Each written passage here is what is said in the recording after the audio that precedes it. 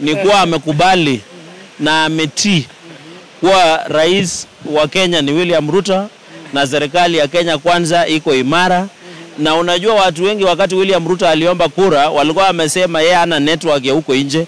Baba amekaa throughout, amekuwa strong, amesikiza kabisa yale na amesikia Rais William RUTO akiongea kama rais wa Kenya, na hiyo ndio imenifurahisha. Kwa mfano mimi ni wakili, kuna wale wanasayansi, kuna walimu, kuna wale walikuwa makanga, kuna wale mahasla. Hii mambo ya tabia nchi watu wengi hawaelewi. I agree there is still a big challenge, not only with members of parliament, even wananchi wa kawaida hawaelewi. Ukipita hapa kwa barabara za hii Kanairo uulize kuna kitu inaitwa climate summit, wanashangaa hiyo ni mambo ya mvua. Na mimi ninataka nimwambie neno moja waziri wa sports Ababu Namwamba, mambo ni matatu: abadilike, arekebishe ama hame.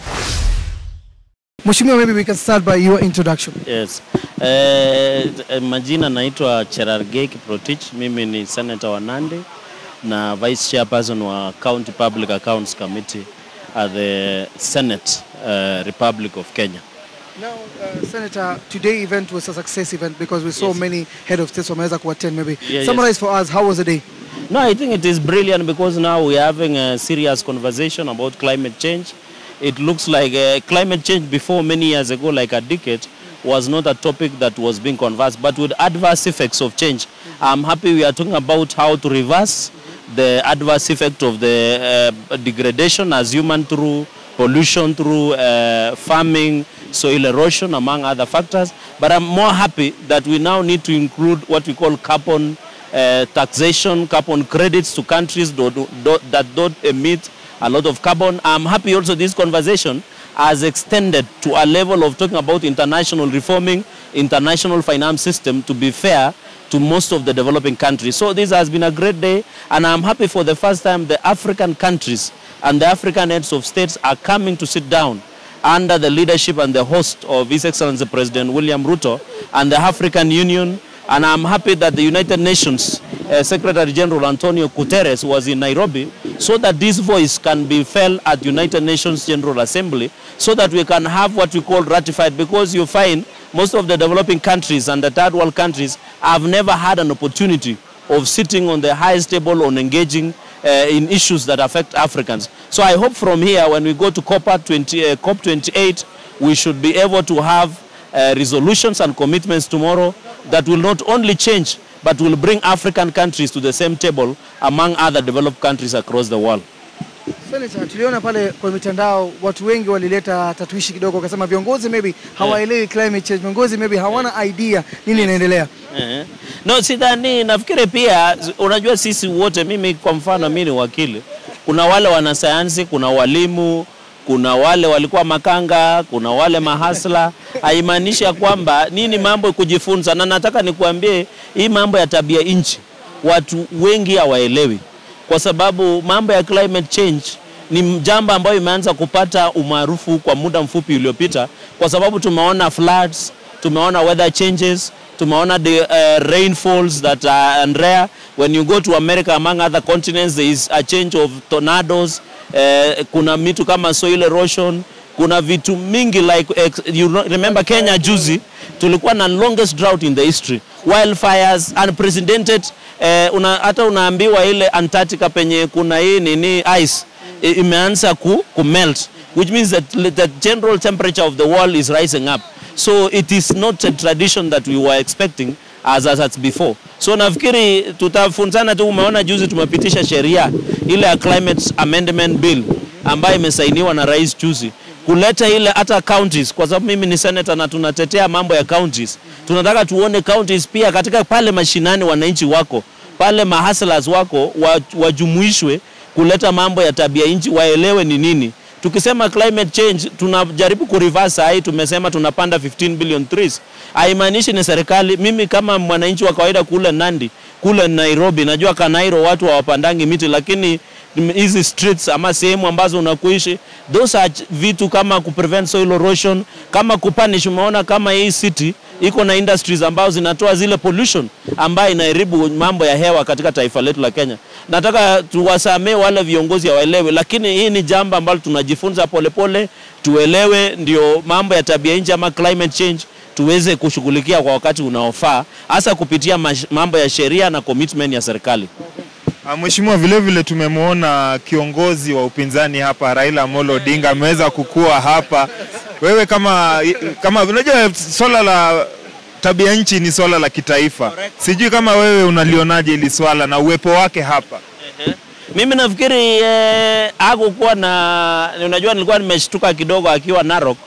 Alikuwa amesema hii si priority, lakini nimeshangaa kumuona. Mambo mawili ambaye nimeona hapo ni kuwa amekubali na ametii kuwa rais wa Kenya ni William RUTO na serikali ya Kenya kwanza iko imara.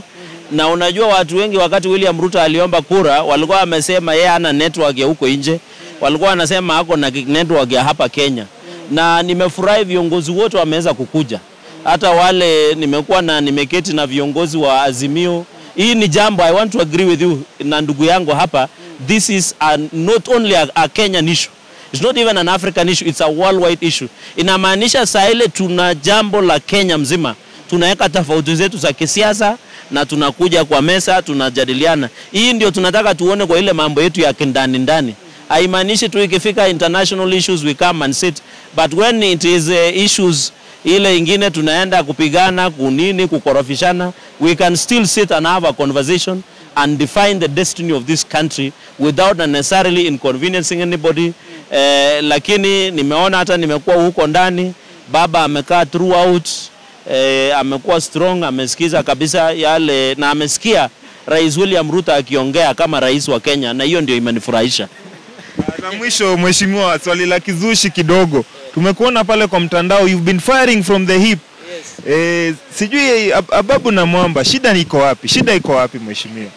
Kesho nitakuwa katika radio moja tajika Kenya, na mtajua hiyo radio nikiongelea mambo ya accountability kwa mambo ya masuala ya sports. Sisi wote hapa ni vijana, na ukitaka kupatia nafasi vijana lazima uchunge sports.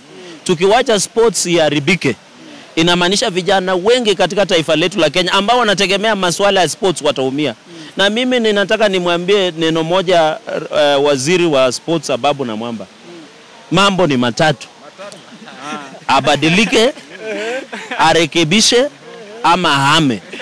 Hiyo ndio mambo matatu, ama aende mbinguni, lakini aende mbinguni kwa sababu watu vijana wengi hakuna nafasi za kazi. Niliona watu wengi wakiwa wagonjwa juzi, hii Premier League ilikuwa jana. Niliona watu wengi wakiwa wagonjwa. If we can invest mpira yetu ikuwe kama English Premier League, ikuwe kama La Liga, ikuwe kama Spanish League, ikuwe kama Copa huko American League, that is when our young people can get value. Ukienda katika hizi mitaa zote unapata vijana sasa wanacheza volleyball, wanacheza football. Mimi ninakotoka huko Nandi, vijana walali saa 10 wanaanza kukimbia. Na si hawa si night runners. Hawa ni vijana tu wanajaribu kutafuta gold.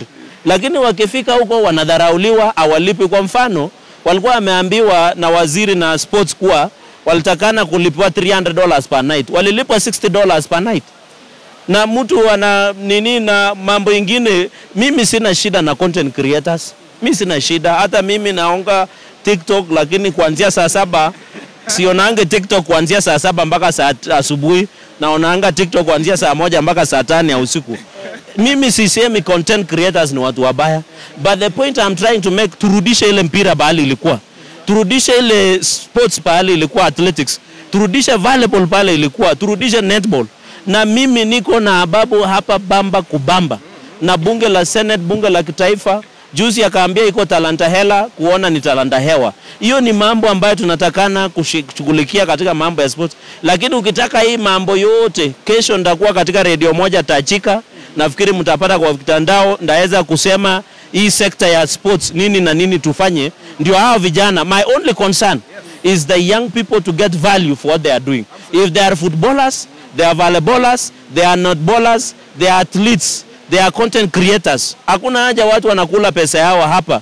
Kama hii Special Olympics ya Germany, wanasema the 500 million ilitumika. Na unajua wakati unaenda Special Olympics wanaunda what we call Special Village, Olympics Village. No one pays, but akakuja kudanganya sisi ati tumelipa 500 million. Hiyo ndio wizi na ufisadi ambaye rais amesema kujaribu kutibu hiyo mambo ya ufisadi. Itakuwa tu mambo matatu, jela, kwenda mbinguni ama kuhama. Na hiyo ndio ama ahame. Hiyo ndio mambo ambayo lakini tutasema akikuja Senate.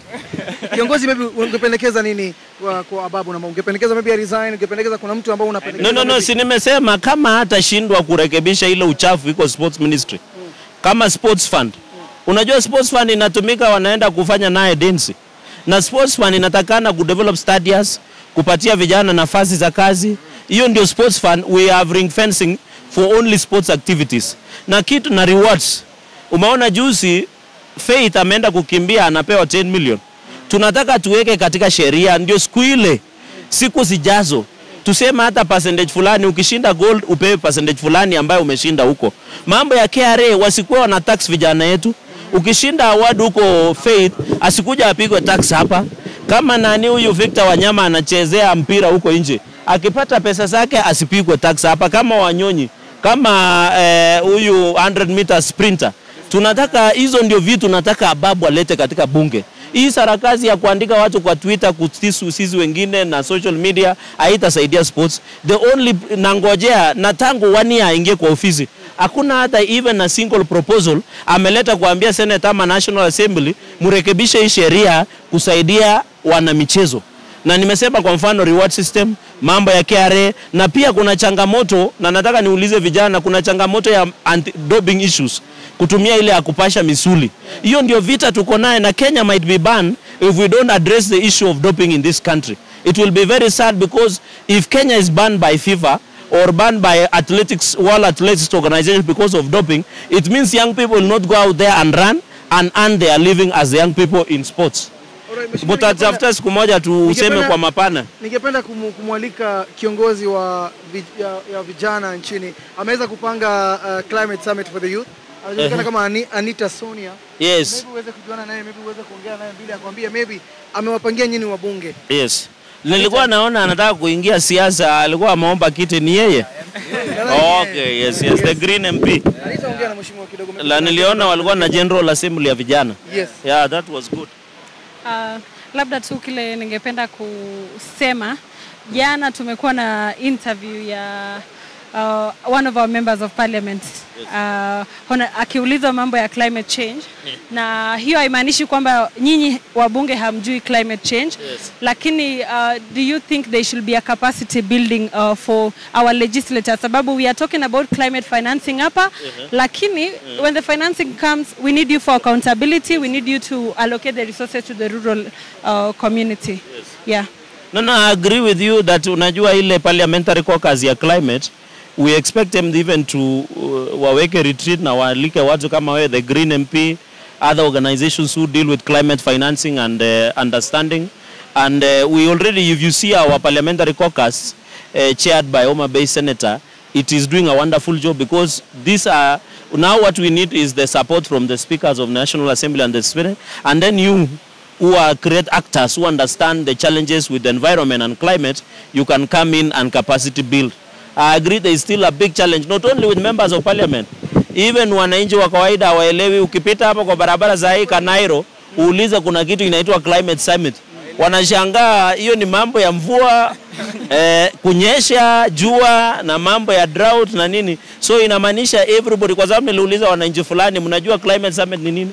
Wakasema hapana, tumeona tu mvua imechelewa, hatuoni mawingu, hatuoni ile maji ya kitambo ilikuwa inanyesha. So I agree with you that na ya mwisho pia mkuje mtufanyie capacity building, ndio tusaile tunafanya sheria.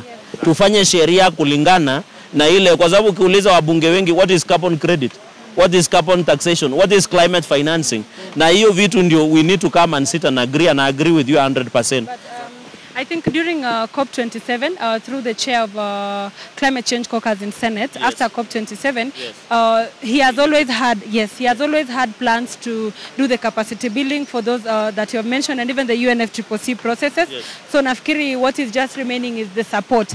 Lakini it's different kama mwananchi haelewi na mwanasheria haelewi, hiyo ni tofauti kabisa. Na pia you need to thank, I think the first time as a country we should be proud of our president because he's the one taking lead. You know, and you know, young people, you should know this. Some of us have been in leadership for some time. When you lack what you call political goodwill, it is hard to implement some of these decisions.